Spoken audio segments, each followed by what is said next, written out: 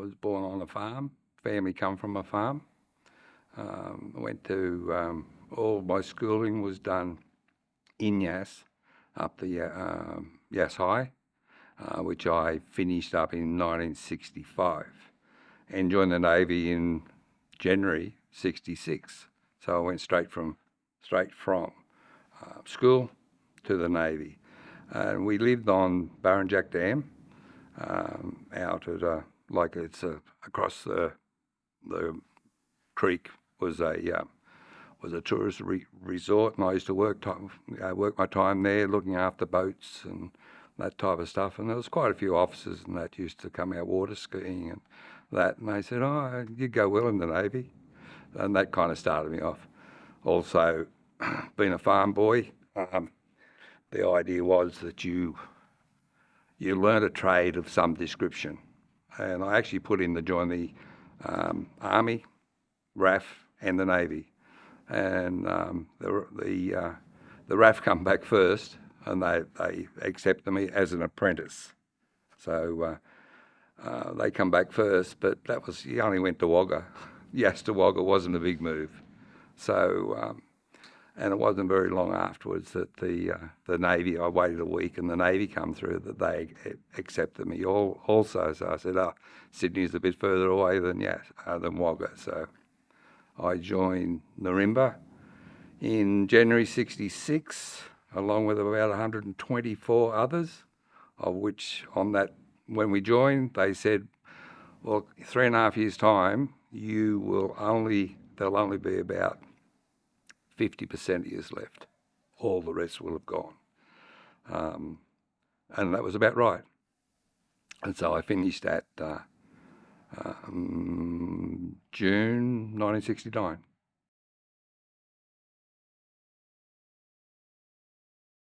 It was an ex-World War II Schofield's Air Force base. A lot of Pommy planes. It was during the war. It was built up for Sydney, and then and I think they used to fly off planes from carriers if they were here in Sydney or around that area. They'd go there, and it turned into a RAF. It had various things, and then when they decided they were going to do apprentice training, they got all the hangars and all the machine shops and everything was kind of pretty much there. Or put the lathes and all that type of stuff in, which were just in the hangars. And I did a 3.5-year apprenticeship there, and eventually it closed down and they went to TAFEs, which was a bad move. We lost a lot of the potential of training up really good artificers and that type of stuff. I was wanted to be a AA, which was a aircraft type mechanic, but they decided that I'd be better off as a fitter and turner, and my basic trade was a fitter and turner, along with a lot of marine engineering theory, tech drawing, all the other stuff that kind of goes with it.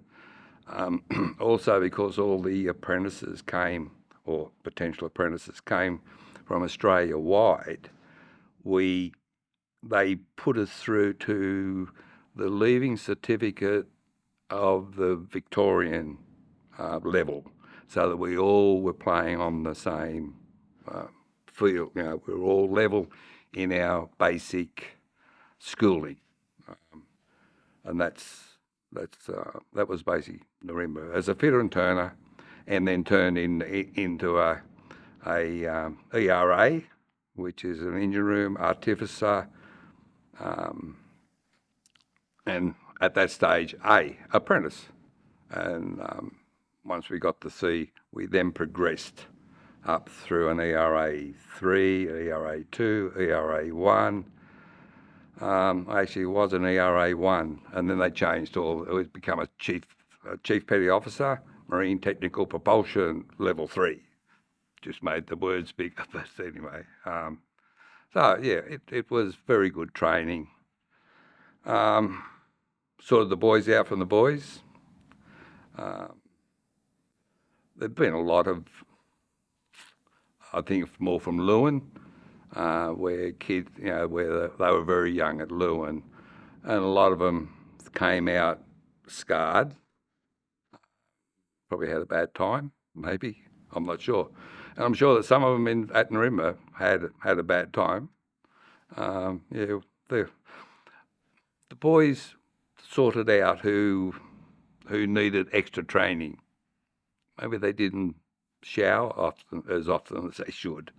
They were soon put in a kit bag and kind of put underneath a cold hose or a fire hose going in it as a incentive to shower more often.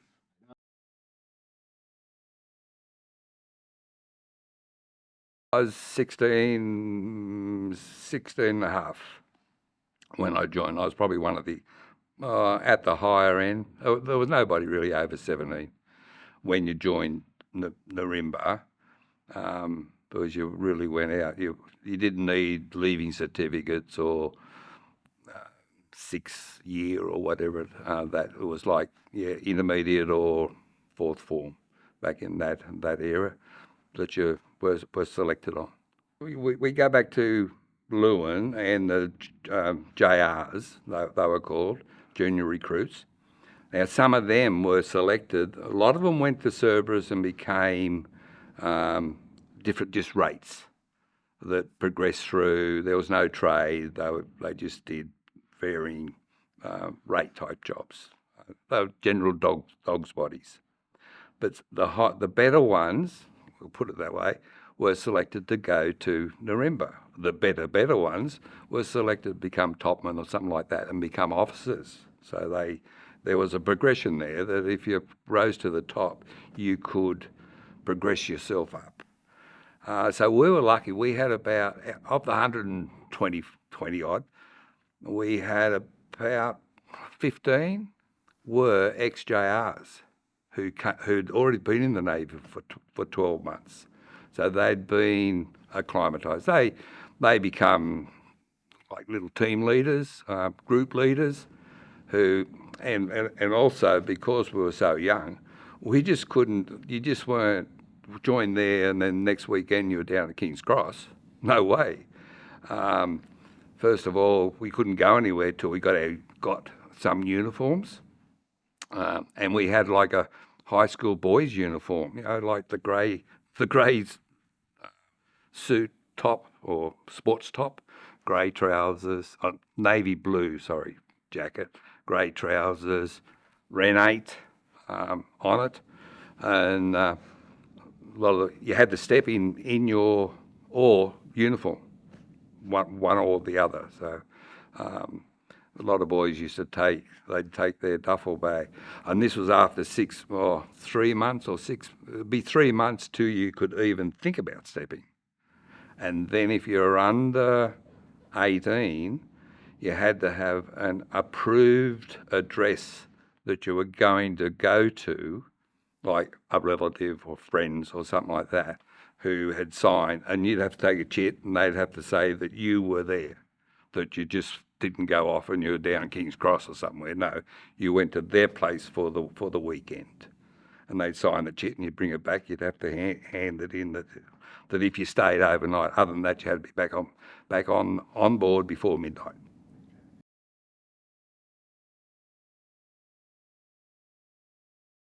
They gave us a 2-week sea ride on the Sydney HMAS, the old aircraft carrier. So we did I think there was only our term, the whole lot. We just went on to the Sydney, and this was before it became a Vietnam troop ship type of thing for taking up equipment and the soldiers. It was sailing around Australia, and we did a sea ride on it for 2 weeks. That was just to get you in. This is like what it's been. And we went down and we painted asbestos lagging. That was when asbestos was fully on, before they started to eradicate it and take it out of ships and that. So we'd be down painting, keeping night watches, down as the lifeguard type things, man overboard type guys. You just join. You did various things around the ship just to say, well, this is what it's like. And then we come back to Nirimba. I think that those aircraft has taken an awful long time to get to sea. From the time they start chucking ropes off, getting them out and getting them moving, and they line us all up. And because they had so many, we're all in whites. They lined us up on the deck, and well, you've probably seen pictures of them where they're actually got on a carrier where they line the flight deck all the way around. It looks very nice.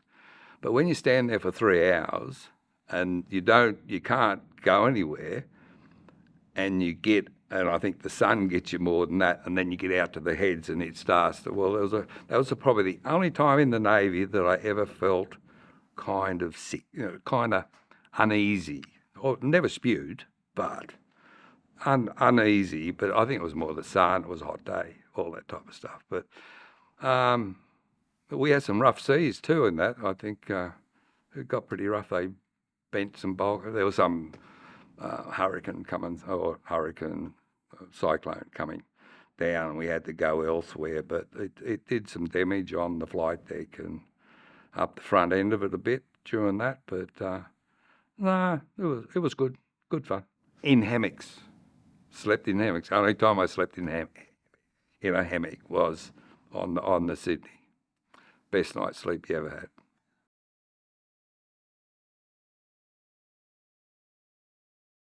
We slept in World War II dongas. They were initially the first 6 months. They were open. They were just a continuous room. Senior apprentice had a cabin that was in charge of that cabin. I was in Hut 73, and then you were lined up. They were just bunks lined up. A wardrobe, a little wardrobe thing for your stuff. Lots of kit musters to get all your, and you lay it out. Everywhere had its own thing. You had to lay it out, because if you didn't do it, you probably got another couple to do. So if you got through the first one, you were all right. So that was the first 6 months in open huts. When we got out of that, we went to little 4-man cabins where they were still the same sort of hut, but they divided them up into 4-man cabins, where the senior apprentice's cabin, small cabin, he was by himself. But they were quite good. And the guys in those 4-man cabins, they could be from varying levels. It just depends on who, what. And then eventually they actually changed us all into divisions. So that a division was artificers, engineering type, or birdies and shipwrights, or electricians. So the divisions became the same grouping, where first up we were just anywhere, and they changed it around. That was good. I had a lot of good mates, still in touch with them. Recreational stuff, they had a big TV room. You went out, he had a big TV room. It was like a theatre, really. Had a canteen. You could get stuff. You had movies Saturday nights. Most Saturday nights, Wednesday nights, I think it was a movie night. They had like a big theatre type thing where it was Mr. Marks used to run the. It was just like going to a cinema somewhere else.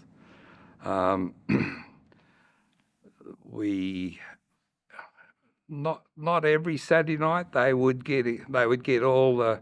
They'd have a dance. They'd have a dance where they just get busloads of girls would come in from Blacktown, and they used to come, heaps of them. A lot of guys married, girls from those dances where they just come in, and there'd be a dance on. They'd have supper at 9 o'clock or something. You go down for a cup of kai, which was hot chocolate. Navy guys have got a lot of words for different things, and cake or something like that. And then they'd have a band in and all that type of stuff. It was good nights. A lot of sport. any sport you wanted to play, you could play there. We were I played rugby. We played in like about 4th division or something like that. Under 18s, go to Manly, all the big rugby type areas. So we played in different, and then the under 20s. I think they might have been 4th. The under 18s might have been 5th or something like that. I just forget now how it all structured. Aussie rules, because all the sailors come from all those Aussie rule states. It wasn't big in Sydney. They played big games of that, and Nirimba would win most of them because they had full-on Aussie rules players. Young guys, but all fit, and of course everywhere you went at Nirimba, you ran, you jogged. It was like in unison. It was like, if it got over 100 degrees Fahrenheit, you could march. They'd let you march then, but if you were just anywhere around, you have to form up in groups. If you're going over the 259 building, they'd all form up across the airfield, and there'd just be lines of them jogging. Any more than 3, you in a line, 3 jogging. So you did that everywhere, plus sport. Every afternoon was sport somewhere, training, and it kept you fit. I had trouble joining. I was overweight before I joined, and I didn't really actually get in until I weighed in on the day I signed up, that I'd taken the weight off and got in. Once you got in, it didn't matter. But I stayed pretty good all that time.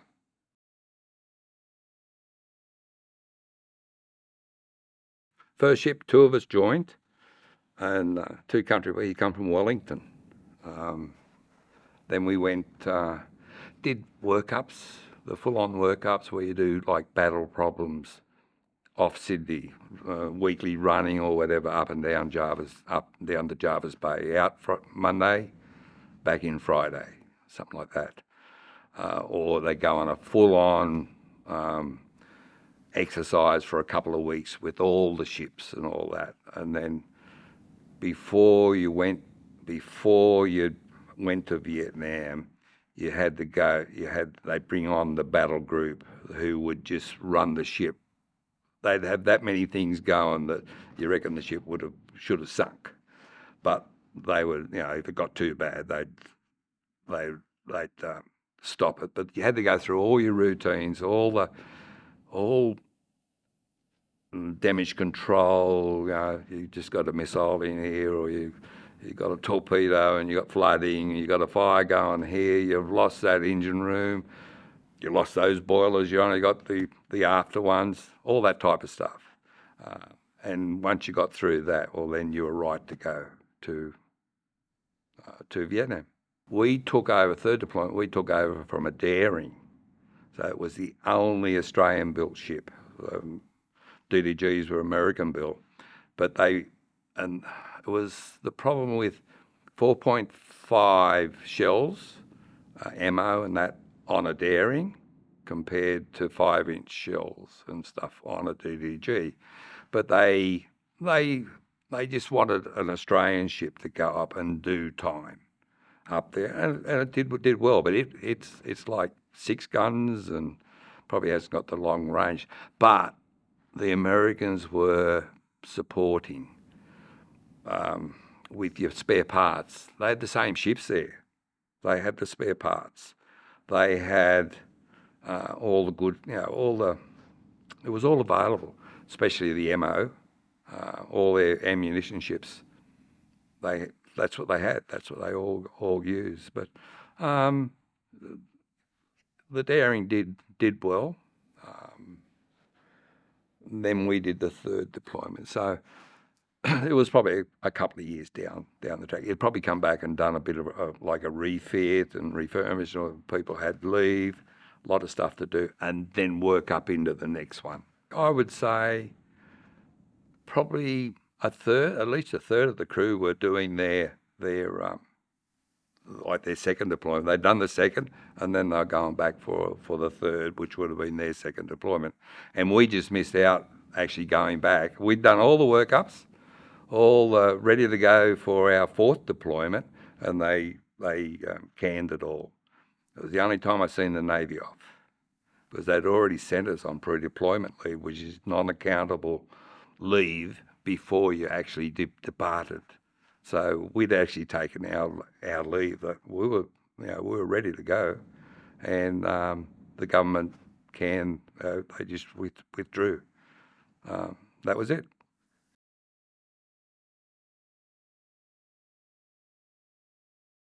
Oh no, we only worked below the DMZ. We did the whole lot. I think there was four zones that you allocated. The one was really on the DMZ. You were close to it there, but we went right around. We'd done all four, and we'd be called in to do firings. A lot of times we never fired on anything in particular. The Americans had a series of listening stations. They'd listen for stuff during the night, and hidden microphones and that type of stuff. And they would hear some noises or something like that. And we'd be 10 mile out at sea, and they'd just call in, or they'd have spotters out there who were, and they'd just call in for harassment firings, they called it. And probably 90% of our gun firings were harassment firings, where you just lobbed in 4 or 5 shells just to keep them awake. That was probably a lot of it was done that way. Every now and then they'd say that you're actually firing on something. It was. I can remember being up in the ops room, because we come off watch and you just wonder what had happened. Because when you're down in those holes, you don't know anything. You don't hear anything. You don't see what the real action is. You're just steaming boilers and operating your engines and doing that type of stuff, keeping the ship run. So you're quite welcome to come up and go up into the ops room, and we'd be steaming a racetrack, and they'd just be steaming up and down. So they knew their position exactly. So when they wanted to set up for a gun shoot, they knew exactly where they were, and they would just do all the manual inputs to it. And we want 5 shells or into such and such an area. Next minute, 5 shells on their way. And they might give if it was at something, they might give a correction up 100 or down 100. Okay, fire 10 for effect. Bang, bang, bang, bang, bang, away they go. And then the American come back and say, yep, good, spot on.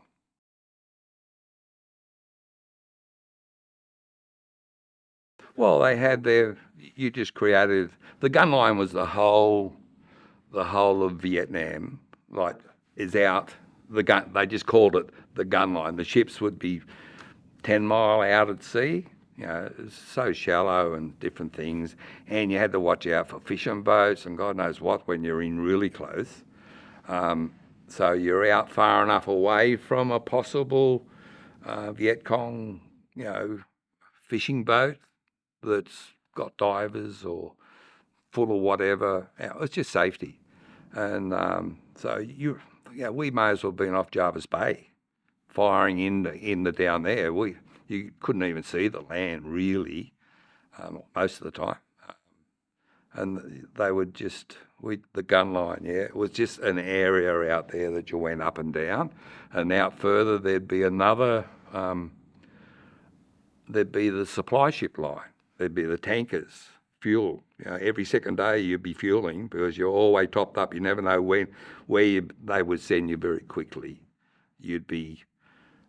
Okay, we need you up at, you're in zone 4 and you've got to go to 1. That's a good quick steam.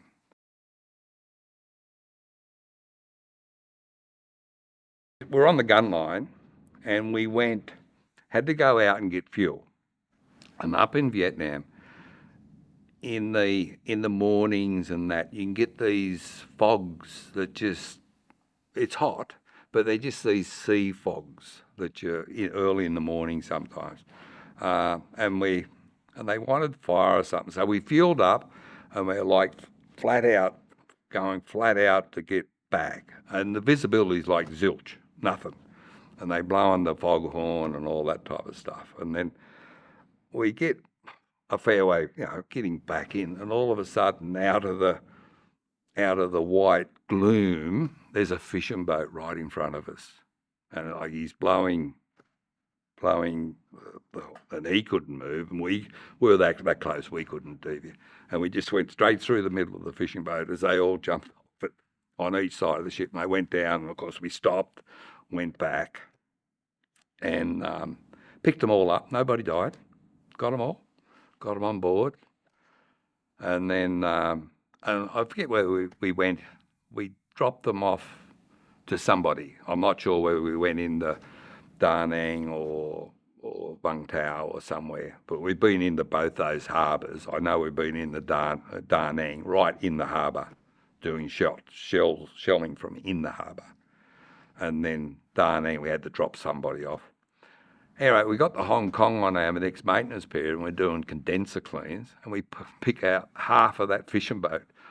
It was in the engine condensers, they got big inlets, and when I say half it, like lots of bits, they were obviously off that fishing boat that were in the condenser, but they were so lucky that we didn't kill anybody.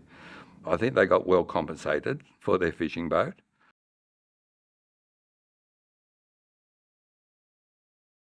So you're always fueled, you're always topped up on ammo, and food. Good American ice cream, good American coffee, all that type of stuff. They had fruit juices, milk. Most of the time it was RAS. You do RASes, where both ships are side by side, basically. Most of it was RASes. Fuel, definitely RASes. You're not going to load 200 tonne of fuel, fire chopper. So you're up with the hose lines coming across. Normally only one, because you normally weren't really getting that much. Ammunition, definitely. They're like crates of 5-inch shells of about 20, 25. I think in a crate, way heaps. Powder, that all came over. Stores, a lot of times you're getting spare parts. That was by Hilo chopper. They'd come over with a big net and just dump it on, and you'd take it away. And a lot of times the fresh foods and stuff like that, that'd be done that way too. And then it'd just be, if they went to a RAS or storing ships by chopper and that type of stuff, it was everybody's up. It was if you're off watch, you were up there carting food or assisting in whatever way, or your allocated way of when you're doing the RAS. A lot of the seamen are doing, they're doing all the rope work and all that, and the rest of us, the stores people, stokers, that they're doing the manual labour, get the ice cream down those freezers quick so it doesn't melt.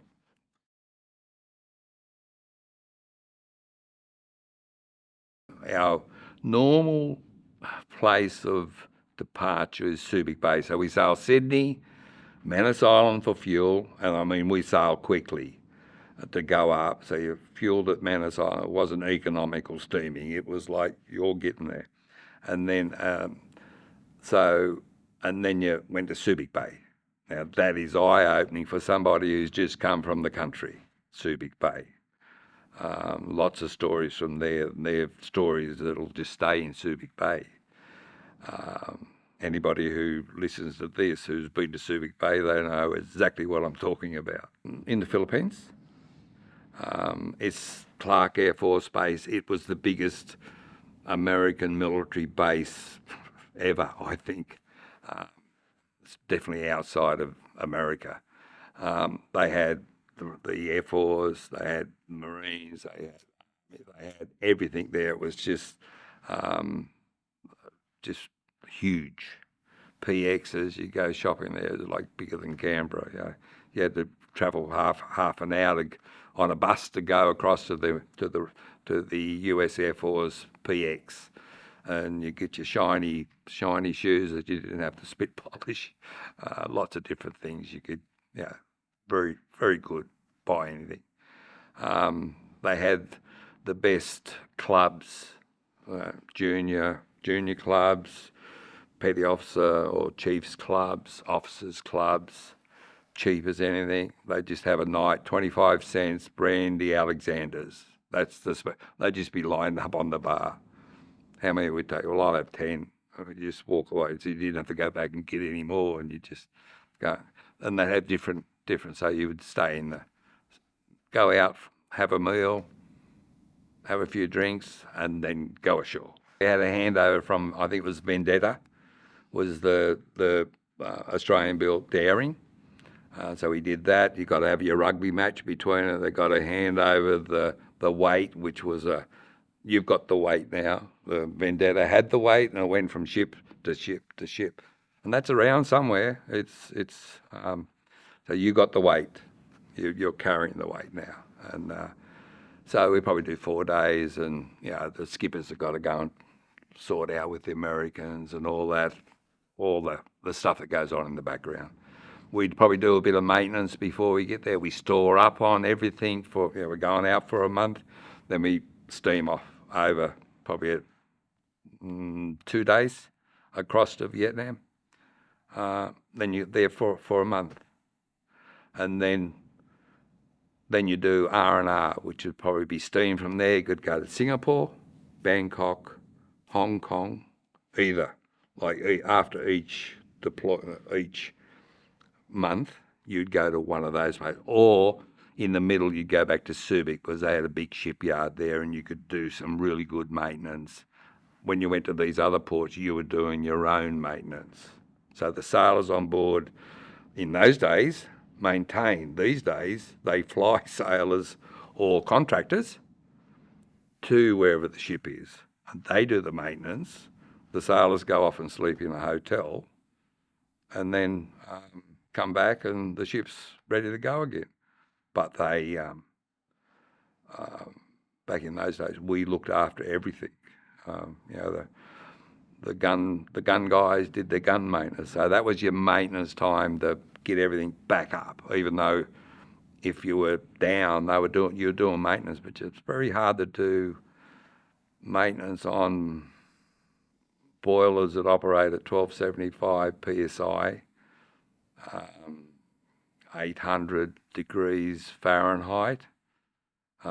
It'll cut your hand off. If you got a little steam leak, it'll cut your hand off as if you didn't even know it was there.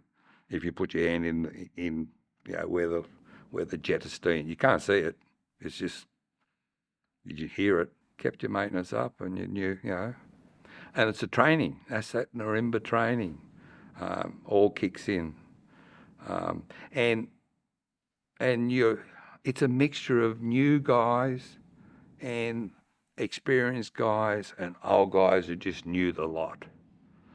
I remember Chief Tiffs, I was doing something one day, and he said, "Don't do that." And it was just a big nut, and I had a spanner on it, a shifter on it, and I was hitting it with my hand. He said, "Don't do that, because in 20 years' time, you'll have rheumatism, or that will be sore." Guess what? That's sore. Is sore, constantly sore.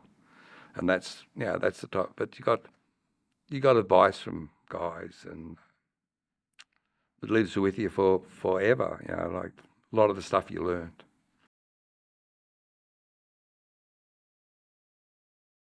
But to start up a normal Australian type steamship, that's about a 12-hour episode. It just goes. You start off the night before after dark, because you don't want the people at Point Piper and those places to see the black smoke coming out of your chimney too. You got enough steam up to be able to run things properly. these days, DDGs, we were kind of always hot on one boiler because you consume that much power.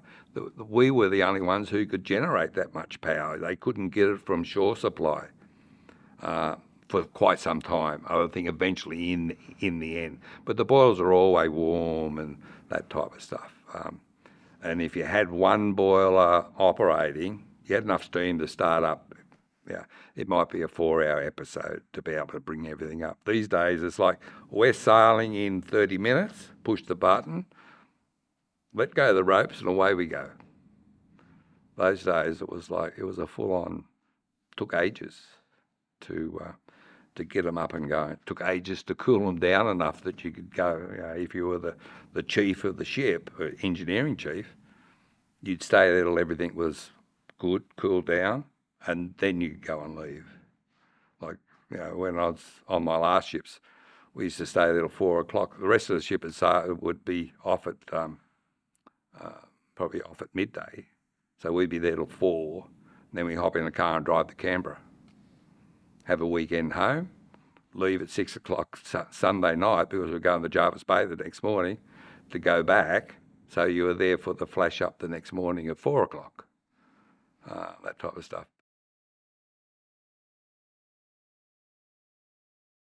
We had a uniform allowance, so that over a period of time that was supposed to cover. So when you first joined, you got issued everything that you needed because you're a growing boys. So before you left Nirimba, you were basically re-kitted out because you've got 3 years of growth or whatever, or if you grew out. And they had a seamstress there. They had barbershops and seamstress and all that. So if you needed your trousers taken out or whatever, you take them up to seamstress or fix them up. They just fix them for you, readjust them and that type of stuff. But we basically had a brand new kit when we left Nirimba, and then you got your uniform allowance, and that was supposed to be covered you, and you went to Navy. The slops, they call it slops. The clothing store, and you would get you buy your new, if you needed a new shirt or something, whatever. But you had that uniform allowance, which would supposedly cover that. And they weren't dear, but you just made sure that you weren't throwing them away just for the sake of throwing them away, that you had to input some money towards them.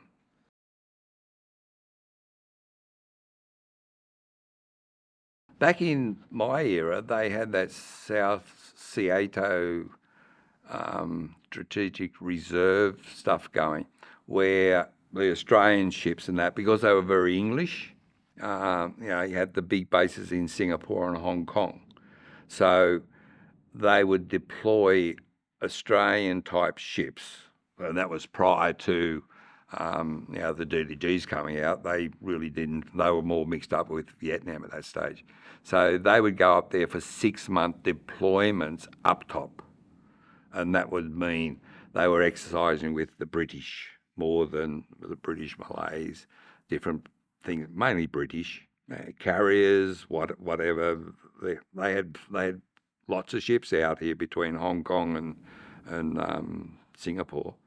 So, and it was part of the reserve Borneo. They had the conflicts back in those days. So it was all part of that. It was a reserve. And they all worked together and worked up and got so if it did blow up into something, they all knew what was going on, how to work together and what the routines were and that type of stuff.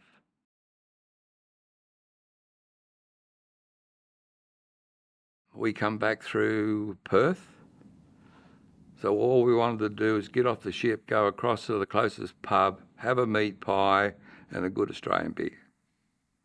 That was it. And that's about all we seen for that night. It was that closest pub. And then back to the ship. You just got your family that would meet you. I think we did. We dropped off the Western Australians when we come back there, and you could drop off certain people, different people. We went to Adelaide, maybe lost some more there. and then kind of around to Sydney or something like that, or but there was nothing really. You got back to Sydney, went on leave. Only half the ship could go on leave, because the rest would have to stay and look after the ship. You didn't have a secondary crew that could come on and take care of the ship like they do. Now they just bring on this extra maintenance crew, and then everybody goes because they want to get that ship back to sea and kind of get its time at sea. So everybody goes on leave. We used to have split leave periods where half the ship or whatever would go for a couple of weeks, and then you'd come back, and then another half would go. That type of stuff. But we never got really. Yeah, I know where you're heading, but we never really got any welcoming home stuff. I'm only really just starting to see that now, that you just see it through Facebook, through lots of different stuff, where it is like the Vietnam veterans were a forgotten crew, group, and it's been advertised now. But it's all veterans. It's really just not the veteran. It's everybody. Remember the veterans, thank them, all that type of stuff. Doesn't matter if you say you're a veteran these days, like everybody, thank you for your service. That's kind of coming out a lot now.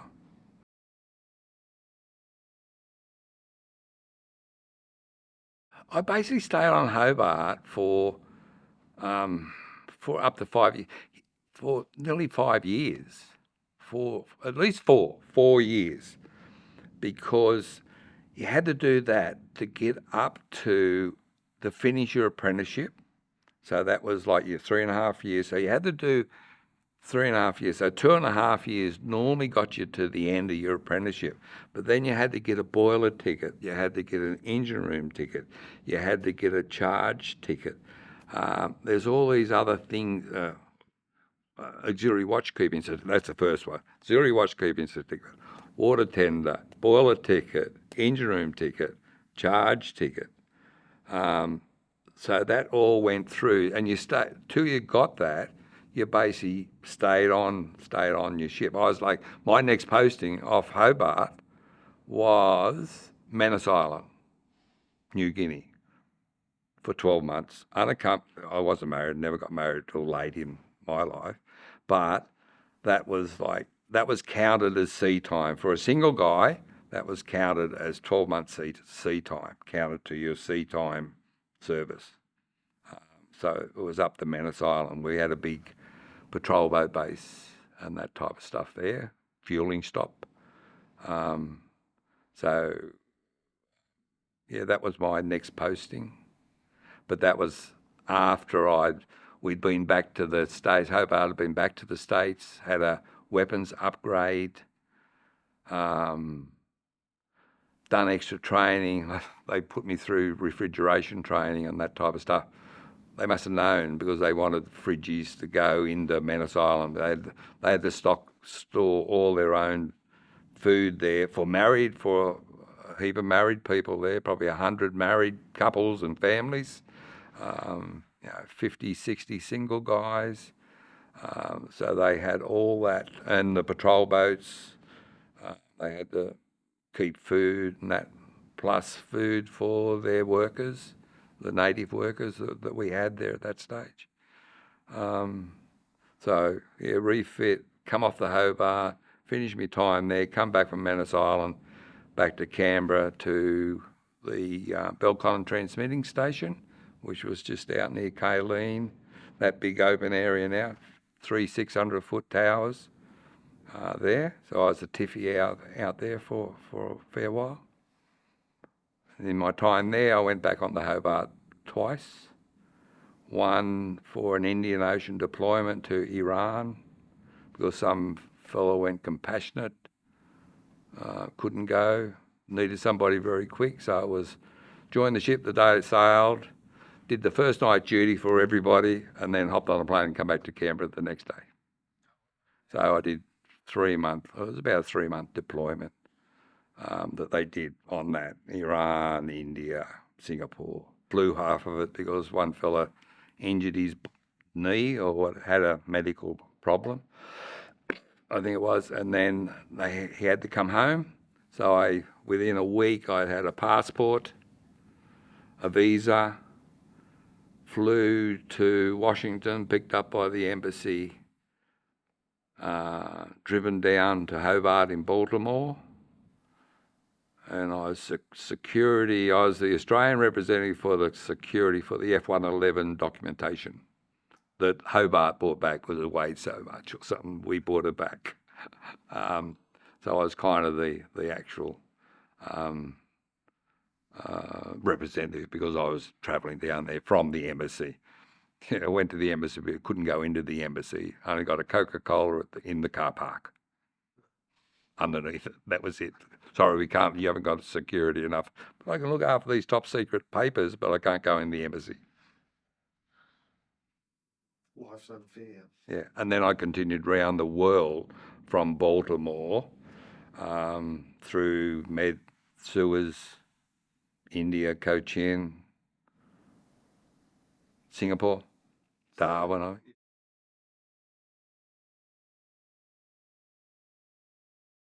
First 3 months was, God, what am I doing here? Next 3 months, greatest little place in the world. And then the next 3 months was, gee, I only got 3 months to go. Some guys could get off it from, I think single guys, they could go to Madang or somewhere like that for a weekend, or something.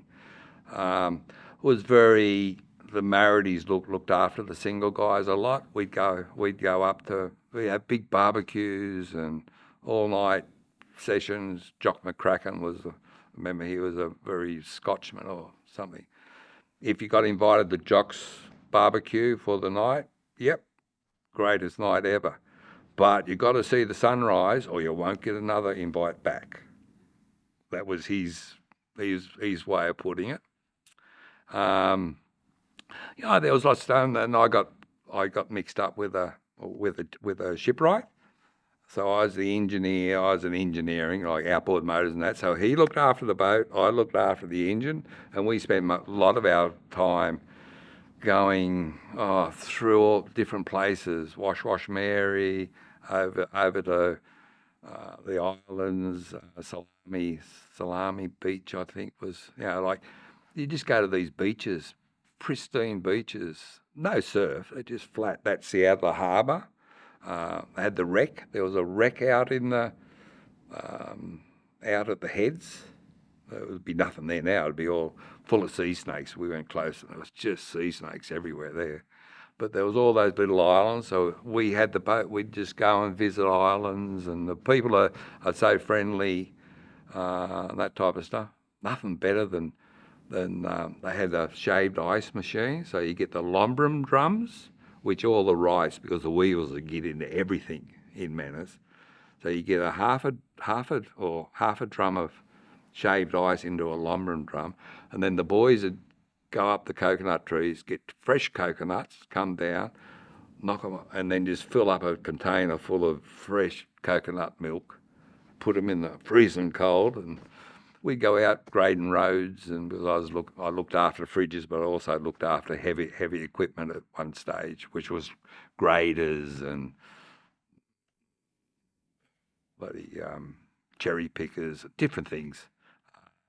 But the boys are so friendly, and the people themselves we never really got out of Manus. It was a very work hard, hot, beautiful. The uniform in the Navy in those days, straw hat with a chief's badge or whatever on it, no shirt, shorts, plastic sandals, because leather ones would just rot in about 2 weeks because it just rained or not cold. Manus Island.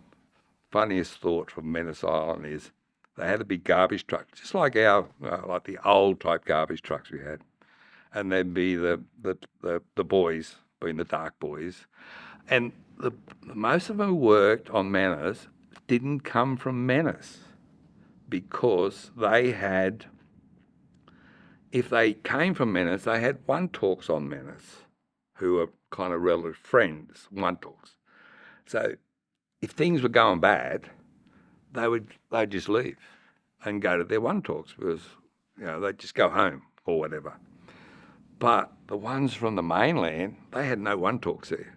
They had to work, and they went there for 12 months. I think it was 12 months, could have been 2 years, till they got leave that they would then be paid. They could go home, and it would take them a month to get home because they have to go in canoe. They have to go on a plane to get across there. Then they have to go on maybe by road to get to a certain area. Then they have to go in canoe to get up some river. It took them ages to get home, and then they'd come back in like 6 months or something like that to back to work. But the funniest thing was they had that Papuan black snake. There was a Papuan black. It was a snake.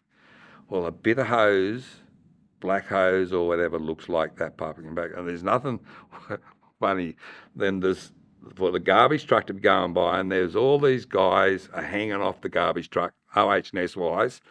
Wouldn't happen these days. There'd be about 5 in the cabin, another 5 hanging off it, and somebody get a black bit of rubber hose and just throw it. And to see all these guys just depart the truck because they thought it was this snake. Lucky the driver stayed in there and stopped it.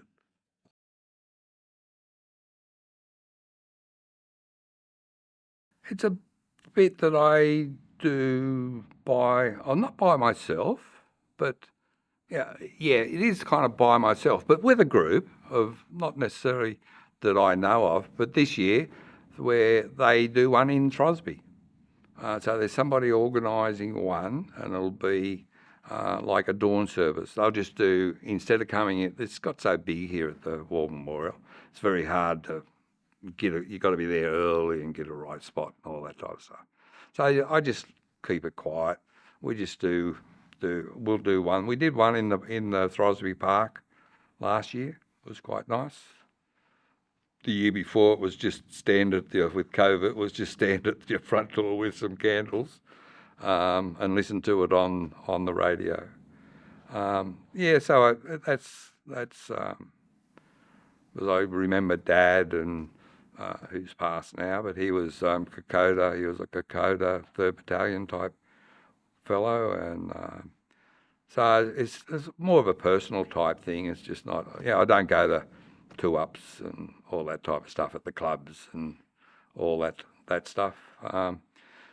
If Hobart was, I don't necessarily go to Sydney. If I was in Sydney, yes, I'd go and join the Hobart group, or if they did a big one here for the Nirimba guys. There was heaps of us here. It was like a big reunion and everything. So I do those ones, but I don't really get all.